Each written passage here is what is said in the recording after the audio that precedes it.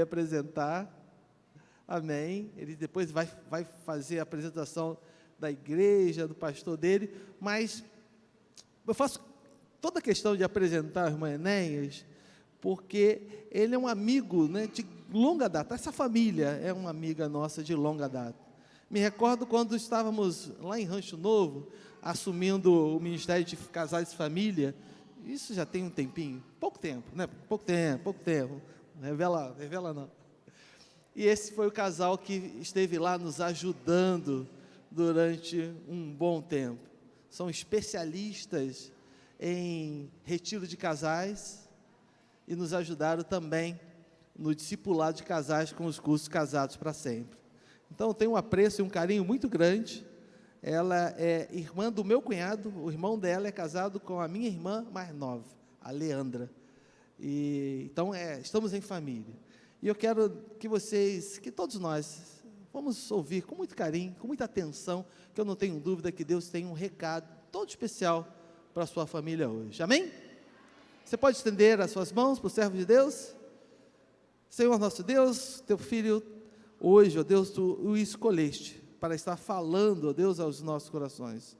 Usa teu filho da forma que tu queres. Tu sabes, ó Deus, aquilo que precisamos ouvir, aquilo que precisamos ser confrontados, aquilo que precisamos, ó Deus, aprender para melhor sermos como pais, como esposo, como esposa, ó Deus, como cidadãos, como família, ó Deus, nesse tempo.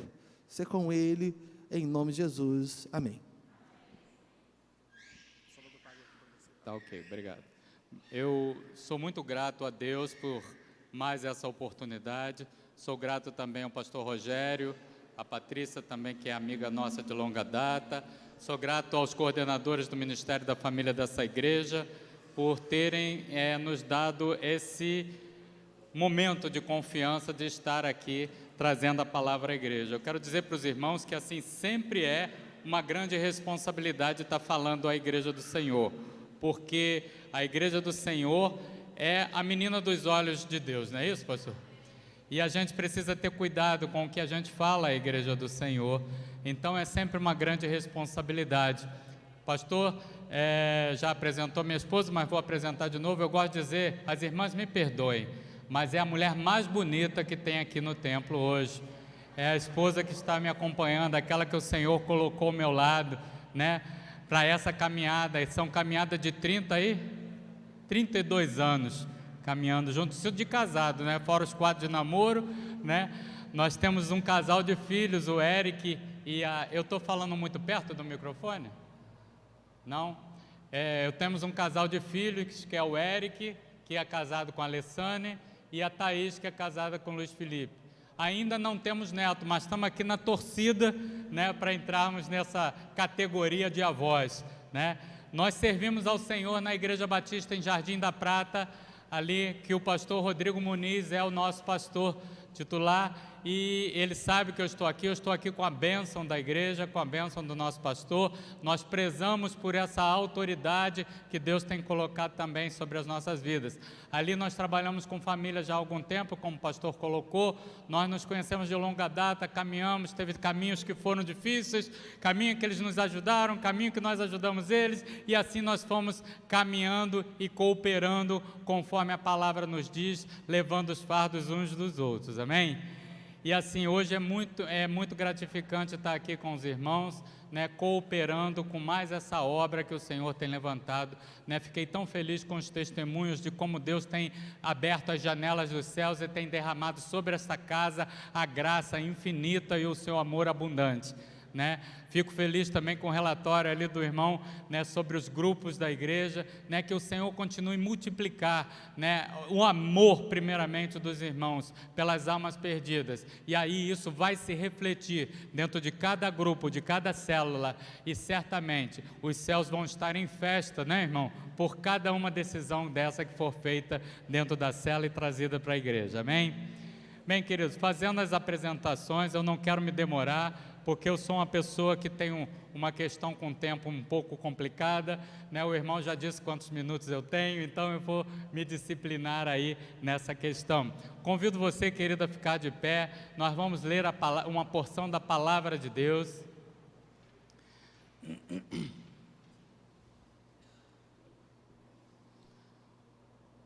Nós vamos ler, eu não sei se está sendo projetado. Está, né? Nós vamos ler em Efésios, o próximo slide tem o texto. Nós vamos ler em Efésios, no capítulo 6, versos de 10 a 13, um texto que nos é bem conhecido. E eu vou convidar você para estar lendo junto comigo nessa versão que, se for possível, dá para os irmãos lerem. Vamos ler juntos então. Vamos lá? Finalmente, fortaleçam-se no Senhor e no seu forte poder. Vistam todos a armadura de Deus para poderem ficar firmes contra as ciladas do diabo. Pois a nossa luta não é contra seres humanos, mas contra os poderes e autoridades, contra os dominadores deste mundo de trevas, contra as forças espirituais do mal nas regiões celestes. Por isso, vistam toda a armadura de Deus, para que possam resistir no dia mau e permanecer inabaláveis depois de terem feito tudo. Você pode repetir esse finalzinho? Permanecer inabaláveis depois de terem feito tudo. Oremos. Senhor, nós fomos agora, ó Deus, expostos à Tua Palavra. E cremos, ó Deus, que essa palavra é viva e é eficaz. Ó Deus, assim como ela mesma testemunha de si, ela é eficaz para entrar, ó Deus, no mais profundo, entre juntas e medulas, e que ela é apta para discernir os espíritos e corrigir, trazer correção. Nessa noite, Pai, em nome de Jesus, nós liberamos, ó Deus, na autoridade do nome do Senhor Jesus, o Teu Espírito aqui, para que, ó Deus, de uma maneira poderosa, nós possamos, ó Deus, ser impactados pela Tua Palavra. Nós queremos ouvir a Tua voz. Ó Deus, nós queremos, assim como o pastor colocou aqui, ser confrontados com a Tua Palavra, ó Deus, para haver correção na nossa vida. E nós queremos, ó Deus, ser orientados pelo Teu Espírito no Teu caminho, na Tua vontade. Então, Pai, em nome de Jesus, tem liberdade entre nós. Toca as nossas vidas, Senhor. Ó Deus, desobstrui os nossos ouvidos, Pai. Ó Deus, tira a venda dos nossos olhos, Pai. Ó Deus, em nome de Jesus, entra, Senhor, nessa nossa capacidade mental e dá a nós não somente uma compreensão intelectual, mas aquela compreensão profunda, ó Deus, que o Teu Espírito, ó Deus, fala ao nosso espírito e nos traz a conversão, e nos traz, ó Deus, a reforma, o refrigério, e ó Deus, que só Tu podes dar. Pai, Tu és o príncipe da paz, e nesse dia, Senhor, em que estamos, ó Pai, depositando os nossos votos, no que nós queremos Te pedir sobre essa nação, é a Tua paz. Senhor, vem e reina sobre nós. Tu és soberano, independente de qual resultado haja, ó Deus, nessas urnas, Tu não deixarás de ser soberano sobre o Brasil. Pai, então vem com a Tua paz sobre nós, aquela paz que excede todo entendimento, aquela paz que é comunicada ao nosso espírito. Pai, em nome de Jesus, nós Te louvamos e Te agradecemos, e nessa noite, usa-nos segundo o Teu querer. Amém, Senhor, e amém. Podem sentar, queridos. Quero dizer a você que está em casa que não se sinta assistindo o culto. Você está participando do culto ao Senhor, amém? Nós assistimos um telejornal, nós assistimos uma novela, nós assistimos um filme, mas no culto nós estamos participando da congregação do Senhor, ainda que à distância, mas você está participando do culto ao Senhor, amém? Queridos, nós lemos, eu compartilhei com vocês esse texto, e certamente alguns de vocês tenham pensado assim, mas Enéas, esse texto geralmente é trazido para uma palavra sobre batalha espiritual, né? E você foi convidado aqui para falar de família, né? O tema que a irmã me passou foi famílias inabaláveis. E eu confesso a vocês, irmãos, que quando a irmã me passou esse tema, a primeira mensagem que me veio foi esse texto: estar inabaláveis após ter feito tudo. E aí eu comecei a estudar dentro desse texto, né, o que o Senhor poderia estar falando para mim, para vocês e para as nossas famílias. E talvez você esteja então pensando que esse texto seria mais apropriado para uma palavra sobre sobre batalha espiritual, mas eu quero dizer para você que a Bíblia, ela não foi escrita a priori com essas divisões que nós conhecemos. Sim ou não? Você entende isso? Ela foi escrita direto, né? E aí, para facilitação do nosso manuseio, de nós encontrarmos os textos, houveram essas divisões, primeiro lá em 1200 por Langton, né, dividiu em capítulos, e depois lá Stenier dividiu em versículos, e nós usamos essas divisões até hoje. E é muito melhor para a gente achar os textos, só que ela também nos induz a criar blocos de assuntos, onde na verdade um é concernente ao outro que está em cima, e a gente, por vezes, por conta da divisão, a gente não considera que ele tem uma relação com o anterior. E por que eu estou dizendo isso? Eu quero dizer para você que esse texto que nós lemos, ele tem relação com o que se fala antes, e Paulo está falando de relacionamentos familiares. Consegue entender isso? Queridos, como é que começa o nosso texto? Né? Na versão que nós utilizamos aí, começa finalmente. Em outras você encontra quanto ao mais, irmãos. Você encontra no demais, irmãos. Essas expressões são elas necessariamente fazem menção ao que foi falado anteriormente. E quando nós observamos o que no texto tem anteriormente, a partir do final do capítulo 5, Paulo vai estar falando de relações familiares. Meus queridos, eu quero compartilhar com vocês o entendimento que eu tenho e que a própria Bíblia testemunha em Romanos, no capítulo 4, verso 5, que tudo que dantes foi escrito para o nosso ensino, amém? Então, queridos, esse texto, em que a gente considera como sendo de batalha espiritual, não é à toa que ele está dependendo, e ele está se referindo, e ele está complementando um texto que fala de relações familiares antes. Eu preciso olhar para a Bíblia e entender que nada está ali por acaso, que Deus tem um propósito com o que foi escrito, e esse propósito, diz a palavra, que é para nos ensinar, é para o nosso ensino. A orientação de Deus é coletiva e é para as famílias. Vamos voltar então no texto, irmãos, quando diz assim: no demais, irmãos meus, fortalecei-vos no Senhor e na força do seu poder. Isso é plural, meus irmãos. Ele está falando com todos daquela igreja, não apenas com uma pessoa, e ele continua: revesti-vos de toda a armadura de Deus, para que possais estar firme contra as astutas ciladas do diabo, e ele continua no plural. Claramente essa orientação não é uma orientação individual, mas é orientação para a igreja, e Paulo tinha em mente que essa igreja, ela era constituída de famílias. Entende ou não entende isso, querido? Assim como essa igreja aqui, sim ou não? Nós somos constituídos de família. Quando eu olho para a igreja Primeira Igreja Batista de Austin, eu olho para a Primeira Igreja Batista de Austin e vejo famílias. Sim ou não? Quantas famílias estão sentadas juntos aqui? Levante a mão. Olha só que coisa bonita.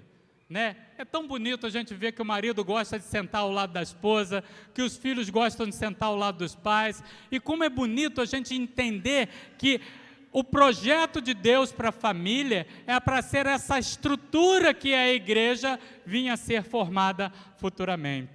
Pelo contexto, é fácil nós concluirmos que o apóstolo Paulo tinha em mente de alcançar essa família, essa igreja que era constituída de família. Nesses versículos, o apóstolo apresenta uma analogia da vida cristã com a armadura de um soldado. E ele define a armadura de Deus como uma peça essencial para a vida cristã. Paulo, então, ele coloca que, olha só, é importante que você esteja revestido dessa armadura de Deus. Então, ele define a armadura de Deus como essa peça essencial. Se nós entendermos que ele faz uma analogia com um exército, nós também vamos entender que não é exército de uma só pessoa, sim ou não? O exército é de muitas pessoas. Assim como uma família de um só não é família, sim ou não? Consegue entender isso? Eu preciso estar em comunidade, eu preciso estar em comunhão para ser família, para ser igreja. E é nessa ideia que Paulo começa a desenvolver o seu discurso, e ele começa a dizer que essa família, essa igreja, ela precisa estar se revestindo dessa armadura. O batalhão de Cristo é formado, então, pelas nossas famílias. Você consegue entender isso? Há um exército do Senhor Jesus nesse lugar. Amém ou não amém? E esse exército é formado pela minha e pela sua família. Quer dizer, então, que há várias armaduras? Será que eu posso estar bem protegido com a minha armadura e minha esposa não estar bem protegida? Ela não vestiu bem a sua armadura? Será que o meu filho que se recusou a vestir a armadura, será que ele também está fragilizado com essa situação? Eu entendo, irmãos, que é uma armadura, porque há um só corpo, amém ou não amém? Você consegue entender? Paulo, quando ele está falando da armadura de Deus, ele está falando para a armadura para um corpo, que é a igreja do Senhor, que é composto das nossas famílias.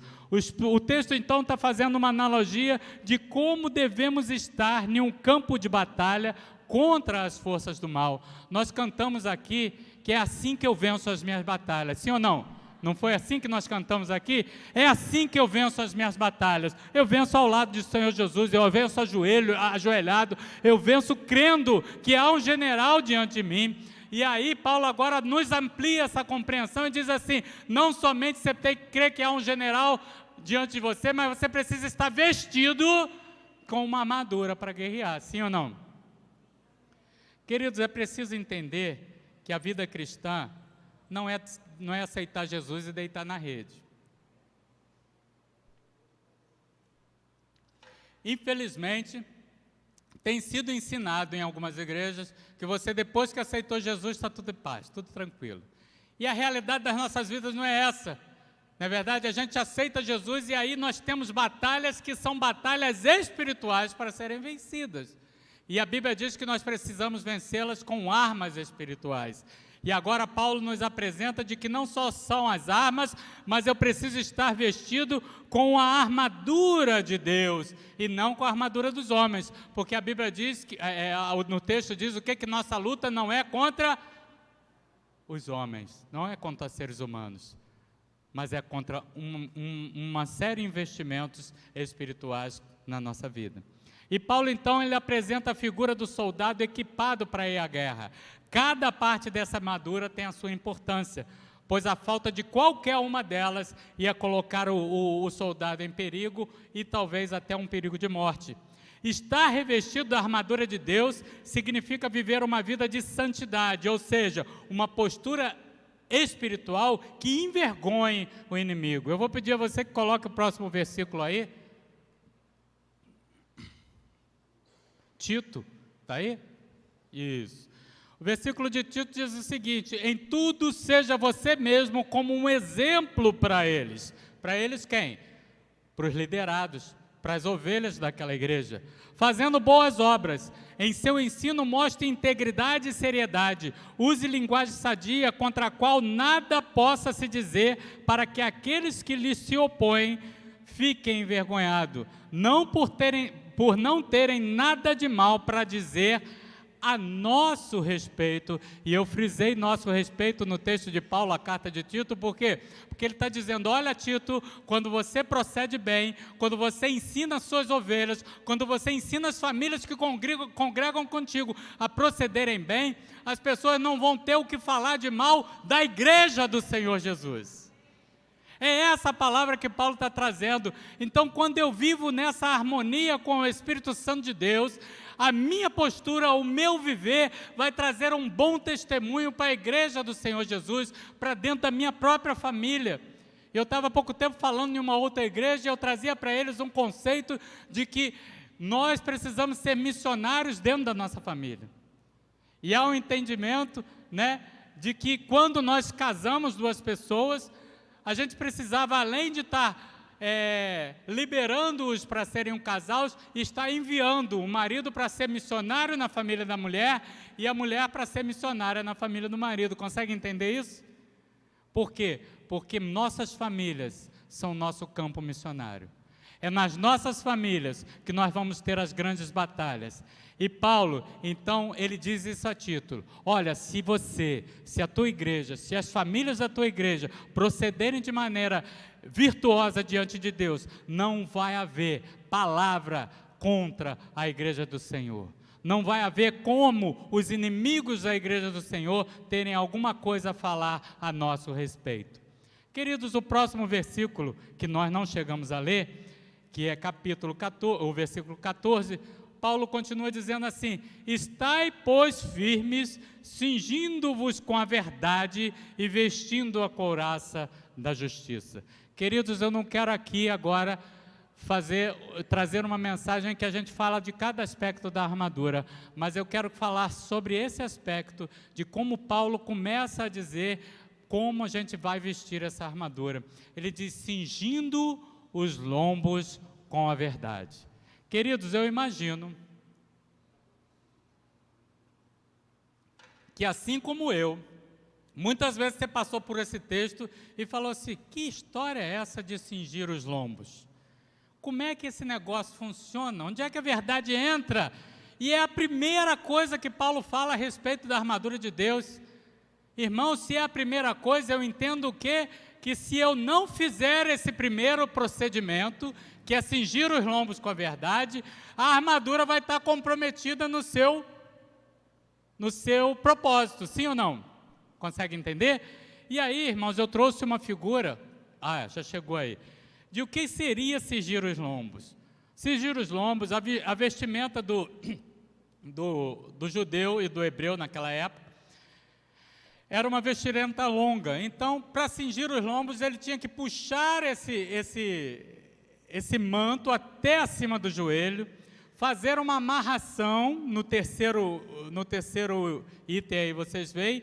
Essa amarração, ele passar por baixo das pernas, e aí a parte de trás ele trazer e fazer uma amarradura na frente. Com essa condição, ele vai estar pronto para inserir em uma batalha, ele vai estar pronto para fazer um trabalho duro, ele vai estar pronto para correr, ele vai estar pronto para investir a sua vida em uma direção sem embaraçar os seus pés, com a roupa longa. Consegue entender isso? Então, cingir, na prática, era esse movimento com a roupa, mas a Bíblia traz para nós uma conotação, traz essa metáfora para a gente entender espiritualmente o que Paulo quer dizer com cingir os lombos. Cingir os lombos com a verdade pode parecer estranho para nós, mas para os contemporâneos de Paulo isso fazia todo sentido.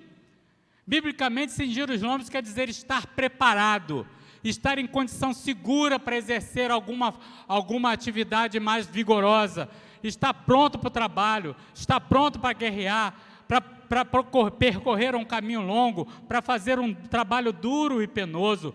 A região lombar, se a figura ficar aí, a gente pode continuar a ver, a região lombar, ela fica à altura da cintura, e é ali onde ele faz essa amarração, né? É a região abdominal, é em volta dos quadris, envolvendo também os genitais. A parte do corpo designada pela palavra lombos é uma região que se localizam os órgãos reprodutivos, de modo que se diz que a prole saiu dos lombos. É uma expressão bíblica que a gente encontra em Gênesis, em Reis e até mesmo em Atos. O Espírito Santo quer nos comunicar que a verdade, quando ela é cingida em nossos lombos, ela protege não somente a nós, mas as nossas gerações. Amém ou não amém? Consegue entender isso? Aquilo que vai ser gerado de mim vai estar protegido com o meu procedimento de verdade.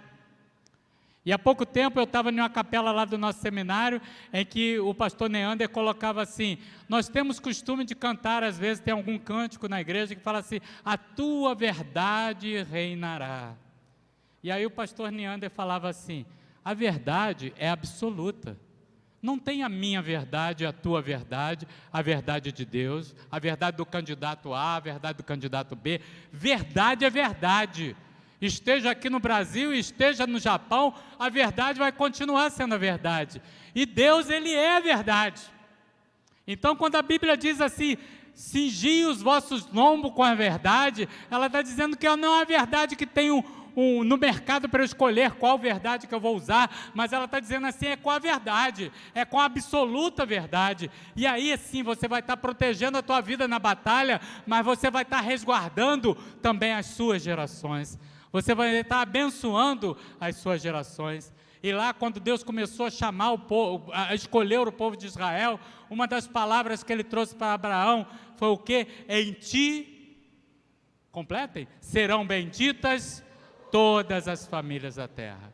Meu querido, eu quero que você assuma para você esse chamado de Deus. Eu quero que você assuma para a sua família esse chamado de Deus. Eu quero que você entenda que em ti, na tua família, serão benditas todas as famílias do Brasil, todas as famílias da terra, amém?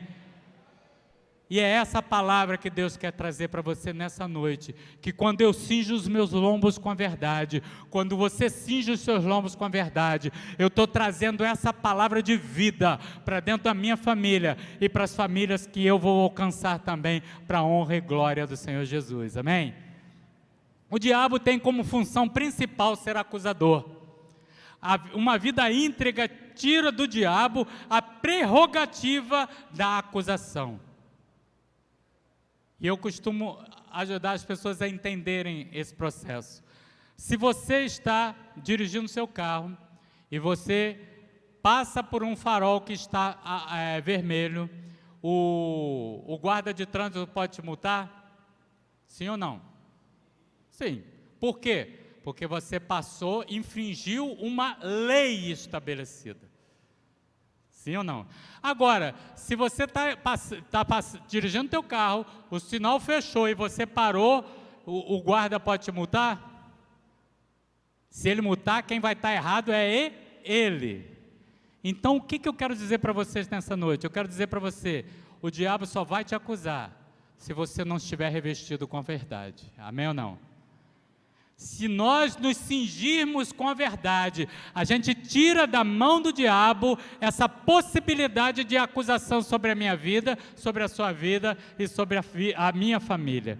Isso implica em ser santo ao Senhor, em ser separado para o Senhor.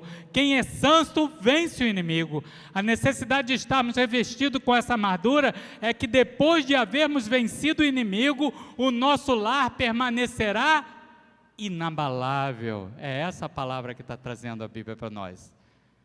Depois de havermos vencido o inimigo, nós não vamos estar fragilizados, nós vamos estar inabaláveis. É essa a palavra que Deus traz nessa noite. A estratégia de Satanás na batalha contra a família, segundo James Campbell, eu vou pedir para você colocar o próximo, é o seguinte, vocês provavelmente não vão conseguir ler aí.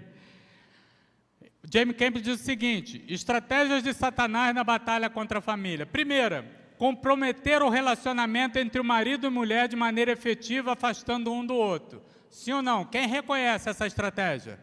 O diabo investe no marido, para o marido não confiar na mulher, a mulher não confiar no marido, e aí estabelece a divisão e a separação. E a segunda estratégia, deteriorar o relacionamento entre pais e filhos, promovendo conflitos constantes, até acontecer a quebra do relacionamento. Quem não reconhece essa estrutura? A gente está vendo aí, filhos contra pais, pais contra filhos. E a Bíblia diz que Jesus é esse que restaura a relação do pai e converte o coração do pai ao filho e do filho ao pai. E a terceira estratégia de Satanás contra a família é destruir o líder da família, o homem, tornando-o ineficaz diante das armadilhas que ele, Satanás, prepara, distanciando-o das disciplinas espirituais. Como a gente não consegue reconhecer também essa estrutura?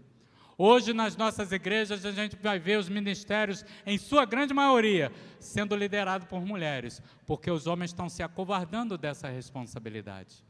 A gente vai ver nas nossas igrejas, compromisso com oração, você chega lá no grupo de oração, só mulher, porque os homens estão se afastando dessa responsabilidade. Você vai ver, no momento em de trazer o filho para apresentar, o pai não pôde vir, o pai não quis vir. E aí você vai ver na educação cristã do filho, quem é que está envolvido é a mãe, não é o pai. À medida que nós, como homens e sacerdotes do lar que somos, a gente se afasta dessa função que Deus nos delegou, nós fragilizamos a nossa família, sim ou não? Você consegue entender isso? Homem, eu quero dizer uma palavra hoje para você. Deus te colocou como sacerdote e profeta na tua casa. Quais são essas funções de sacerdote e profeta? Sacerdote apresentava a Deus os requerimentos do povo. E o profeta, ele trazia de Deus a mensagem para o povo. Meu irmão, eu quero dizer que é isso que Deus espera de você dentro da tua família. Ele espera que você dia e noite esteja colocando no altar do Senhor a tua mulher e os teus filhos. Ele requer isso de você. E Ele quer que você busque uma intimidade com Ele, para que você tenha uma palavra de vida para trazer sobre o seu filho e sobre a sua esposa também. É esse o lugar que separou para você. Não abra mão disso. Não saia desse lugar, porque é o lugar de honra em que Deus colocou você. Eu não estou dizendo aqui que você é melhor que a sua esposa. Não. Eu estou dizendo aqui que Deus delegou a você essas funções. E se você abrir mão delas, a tua esposa vai assumir. Mas ela não foi a pessoa que Deus delegou esse poder a ela. Então, meu irmão, tenha responsabilidade com aquilo que Deus tem colocado em suas mãos.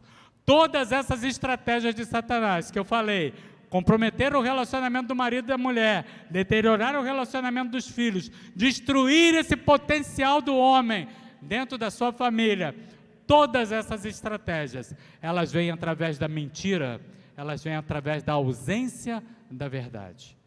Estamos encerrando agora, hoje, um tempo de campanha política aqui no Brasil. Infelizmente, nós tivemos imersos em muitas inverdades. As chamadas fake news tiveram protagonismo nesses períodos eleitorais. Eu imagino como o pai da mentira ficou satisfeito com isso. Mentiras de todos os lados, para todos os gostos. Como Satanás ficou satisfeito com isso. Jesus, ao ser confrontado no seu julgamento por Pilatos, ele não abriu mão da verdade. Em João 18:37, a palavra nos diz, Pilatos perguntou, então você é rei? Jesus respondeu, o Senhor está dizendo que eu sou rei, e para isso eu nasci, para isso eu vim ao mundo, a fim de testemunhar da verdade. E ele continua, todo aquele que é da verdade, ouve a minha voz. O Senhor Jesus não abriu mão da verdade. E essa é a expectativa que Deus tem de cada um de nós. Que nós cinjamos os nossos corpos, os nossos lombos, protegendo não somente a nossa família, a nossa vida, como as famílias que vão advir de nós, com a verdade, com essa presença maravilhosa da palavra verdadeira. Uma família, para ser inabalável, ela precisa viver em verdade, cingindo com a verdade. O diabo é o pai da mentira, sendo assim, nós só teremos vitória sobre o diabo com a verdade. Sim ou não? Consegue entender isso? Se ele, a arma dele contra nós é a mentira, eu só vou vencê-lo usando a verdade no nome de Jesus. Em nossas vidas, se a verdade não for o nosso estilo de vida, nós vamos estar fragilizados diante dos ataques, dos dardos inflamados do maligno. A vida do diabo é falar mentira a respeito do seu lar. Eu coloquei algumas aí, você pode passar. Você consegue ler, querido? Primeira mentira que o diabo fala. Vamos lá, lê aí para mim. Estão bem fraquinhos vocês, hein? Tomaram café, almoçaram, não? Vamos lá junto? Você é um marido ou uma esposa derrotada. Queridos, não dê ouvido a essa voz de Satanás. Deus colocou você dentro de uma família e Ele vê um potencial em você, como marido ou como esposa, para realizar o propósito e a missão que Ele te deu para ser esposa, para ser marido e para ser mãe e para ser pai. Segunda mentira de Satanás, leiam aí para mim. Meus irmãos, nós temos vivido uma realidade dentro da igreja evangélica. Há bem poucos anos atrás, eu poderia dizer algumas décadas atrás, havia um desequilíbrio entre divórcios no meio evangélico e divórcios no mundo secular. Hoje está igual. Nós temos tantos divórcios na igreja como há fora da igreja. Irmãos, é porque essa palavra de Satanás tem chegado aos ouvidos de maridos e mulheres, dizendo para eles que o casamento deles não há mais esperança. E eu quero dizer para Deus, eu e você, nós servimos a um Deus do impossível. E quando eu vivo a verdade, quando os meus lombos estão cingidos com a verdade, quando eu encaro o preço da verdade na minha vida, Deus restaura o relacionamento, Ele traz vida para aquele relacionamento que estava acabado. Qual é a terceira mentira de Satanás aí, irmãos?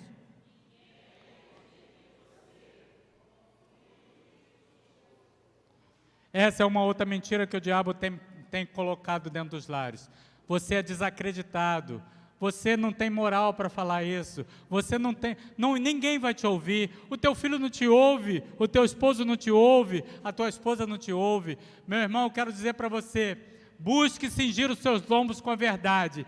E aí essas acusações de Satanás não vão mais poder proliferar contra a tua vida. Amém ou não amém? Consegue entender isso? Quarta mentira de Satanás, você pode ler?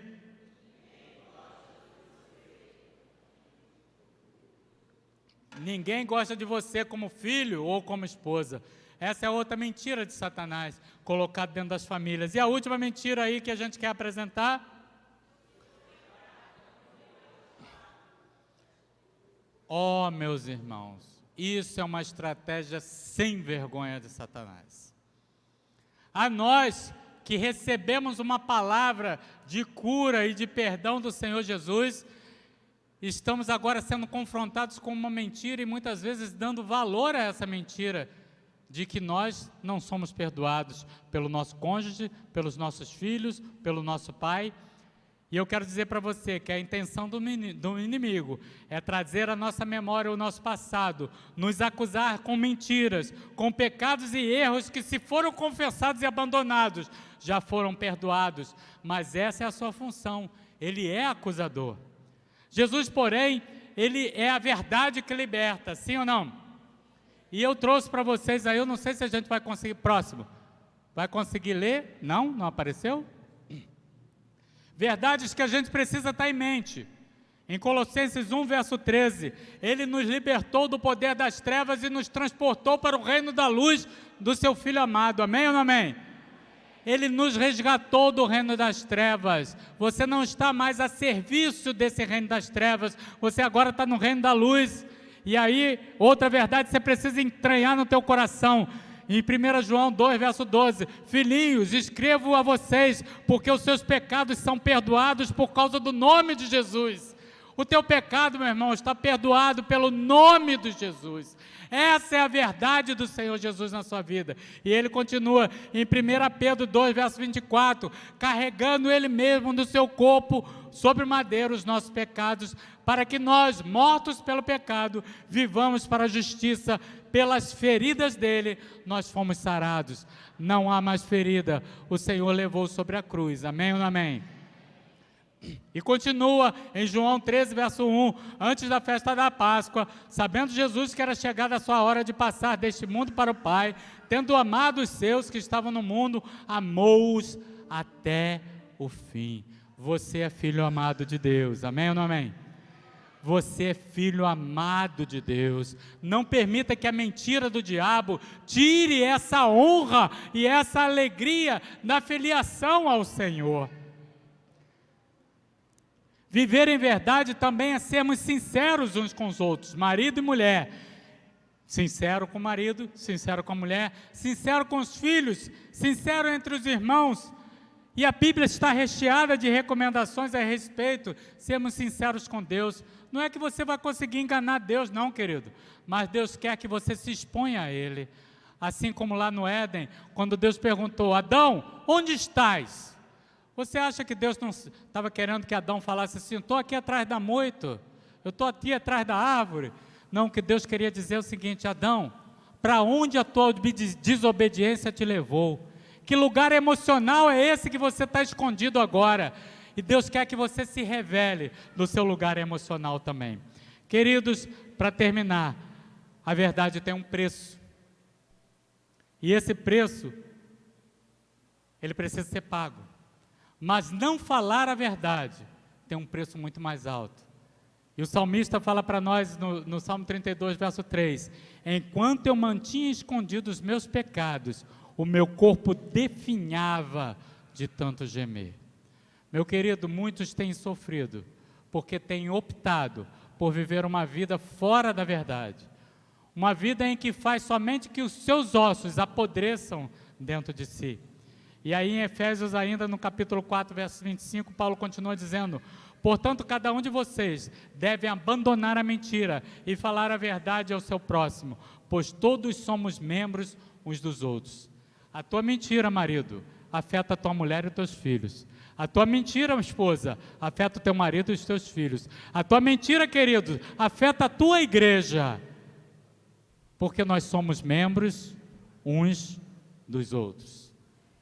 Muitas vezes no âmbito familiar nós temos medo, ressentimentos e mágoas que vão sendo esquecidos. E eu quero dizer para você, nessa noite Deus trouxe você aqui para dizer para você: escolha a verdade. Escolha viver de acordo com a verdade. Para que você não tenha essa autorização, não dê essa autorização ao diabo para que ele faça algum investimento contra a sua vida. Viver uma vida de verdade, adoração a Deus espera de nós, porém é preciso que sermos amorosos na hora de falar a verdade, porque a verdade ela tem compromisso com amor. Quando nós lemos lá em 1 Coríntios capítulo 13, um texto tão conhecido nosso, no verso 6 ele diz assim: o amor não se alegra com a injustiça, mas ele se alegra com a verdade. Então o amor, a verdade, ela tem compromisso com o amor. E para encerrarmos, meus irmãos, a Bíblia menciona orientações sobre a verdade 388 vezes. Então a gente precisa pensar que isso tem muito valor para Deus. Dentro da sua palavra, 386 vezes, desculpa, corrigindo o número, 386 vezes, Deus nos orienta sobre a verdade. Então é porque Ele valoriza uma vida de verdade, uma vida consonante à sua palavra. Hoje, Deus te chama para estarmos prontos, com os nossos lombos cingidos, para uma batalha que talvez você já esteja até enfrentando, mas Ele quer dizer a você: volte lá no princípio, antes de vestir a armadura, cinja os seus lombos com a verdade, para que você esteja preparado para ser usado, para ser instrumento de Deus. O que Ele diz hoje é que você talvez esteja lutando contra as armas, com uma batalha certa, mas com as armas erradas. O Senhor te alerta hoje, para que retorne ao início, para a sua preparação, e cinja os seus lombos com a verdade. E é a palavra que o Senhor traz nessa noite, em nome de Jesus. Amém. Convido você a ficar de pé, querido.